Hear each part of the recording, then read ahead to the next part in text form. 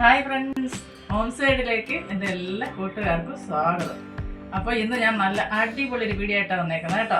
അപ്പോൾ വീഡിയോ കണ്ട് നിങ്ങൾക്ക് ഇഷ്ടപ്പെടുവാണെങ്കിൽ ഒരു ലൈക്ക് തരാനും അതുപോലെ തന്നെ എൻ്റെ ഈ കൊച്ചു ചാനലൊന്ന് സബ് ചെയ്യാനും തൊട്ടടുത്തുള്ള ബെൽ ബട്ടൺ ഒന്ന് അമർത്തി ഓൾ എന്നുള്ള ഓപ്ഷൻ ഒന്ന് എനേബിൾ ചെയ്യാനും മറന്നു പോകരുതേ.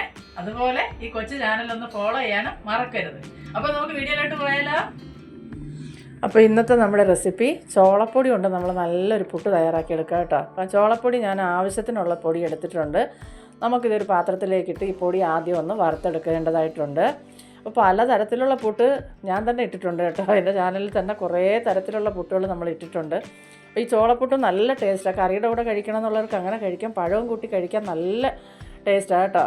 പിന്നെ അതല്ല ക്യാരറ്റ് പുട്ടുണ്ടാക്കുക, ഇതിൻ്റെ കൂടെ തന്നെ ഉണ്ടാക്കുക, അതൊക്കെ അവരവരുടെ ഇഷ്ടത്തിനനുസരിച്ച് നമുക്ക് ചെയ്യാവുന്നതാണ്. അപ്പോൾ ഈ പുട്ട് ഞാനിന്ന് വേറെ ഒന്നും ചേർക്കുന്നില്ല, നോർമൽ പുട്ടായിട്ടാണ് ഉണ്ടാക്കിയെടുക്കുന്നത്. അപ്പോൾ മാവ് ആദ്യം നമുക്ക് നല്ലപോലെ ഒന്ന് വറുത്തെടുക്കാം. വറുത്തതിന് ശേഷം നമുക്കിത് തണുക്കാനായിട്ടൊന്ന് മാറ്റി വെക്കേണ്ടതായിട്ടുണ്ട്. അപ്പോൾ നല്ലപോലെ മാവൊന്ന് തണുത്തതിന് ശേഷം നമുക്കതിലേക്ക് ആവശ്യത്തിനുള്ള ഉപ്പ് ചേർത്ത് കൊടുക്കാം. ഉപ്പ് ചേർത്തൊന്ന് നല്ലപോലെ ഒന്ന് മിക്സാക്കി എടുക്കാം. അപ്പോൾ നിങ്ങൾ വീഡിയോ കണ്ടുകൊണ്ടിരിക്കുമ്പോൾ ഇഷ്ടപ്പെടുവാണെങ്കിൽ ഒരു ലൈക്ക് തരാൻ മറന്നു പോകരുതേ. അതുപോലെ പ്രിയപ്പെട്ടവർക്കെല്ലാം ഒന്ന് ഷെയർ ചെയ്ത് കൂടെ തന്നെ സപ്പോർട്ട് ചെയ്യാനും മറന്നു പോകരുതേ. അപ്പോൾ ഇതുപോലുള്ള നല്ല നല്ല റെസിപ്പിക്കായി, നാടൻ റെസിപ്പിക്കായിട്ട് നിങ്ങൾ ഈ കൊച്ചു ചാനലൊന്ന് ഫോളോ ചെയ്യാനും മറക്കരുത്. അപ്പോൾ ഇനി ഇതിലേക്ക് ഞാൻ ആവശ്യത്തിനുള്ള വെള്ളം ഒഴിച്ച് കൊടുത്തിട്ടുണ്ട്.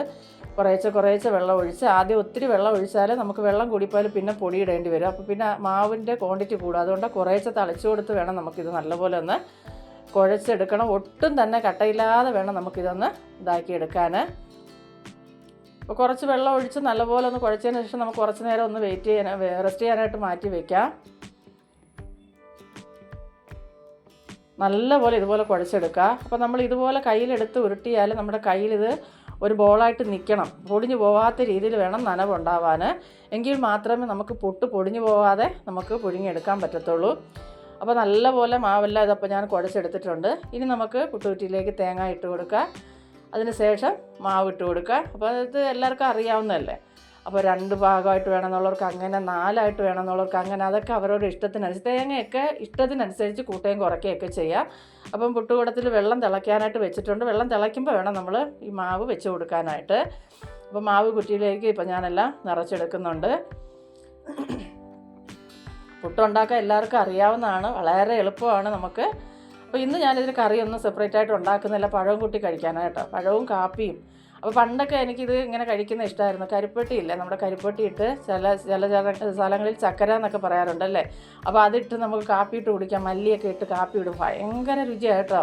അപ്പോൾ പണ്ട് കഴിച്ച ചില ഓർമ്മയ്ക്ക് വേണ്ടി ഇതൊക്കെ ചെയ്യുന്നതെന്നുള്ളേ ഉള്ളൂ. അപ്പോൾ ഇപ്പോൾ ഉള്ളവർക്ക് ചിലർക്ക് ഇതിൻ്റെ ടേസ്റ്റൊന്നും അറിയാത്തവർ പല കുറ്റവും പറയും. പക്ഷേ എന്നെ സംബന്ധിച്ചിടത്തോളം എനിക്കെല്ലാം ഇതൊക്കെ അമൃത് പോലെ തന്നെയാണ് കേട്ടോ. നമ്മൾ ഒത്തിരി കഷ്ടപ്പെട്ട് ജീവിച്ചവരാണ്. അപ്പോൾ നമുക്കതൊക്കെ എന്താ പറയാനാ, കിട്ടുമ്പോൾ ഉണ്ടല്ലോ, അത് ഇന്നും അത് ഓർക്കുമ്പോൾ ആ സന്തോഷം വേറെ ഒന്നിനും ഞങ്ങൾക്ക് കിട്ടത്തില്ല.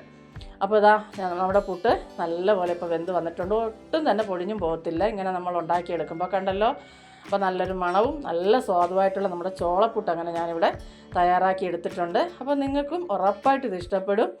അപ്പോൾ എന്നെപ്പോലെ പഴമ ഇഷ്ടപ്പെടുന്നവർക്ക് ഉറപ്പായിട്ട് ഇത് ഇഷ്ടപ്പെടും. ഒന്ന് തയ്യാറാക്കി നോക്കുക.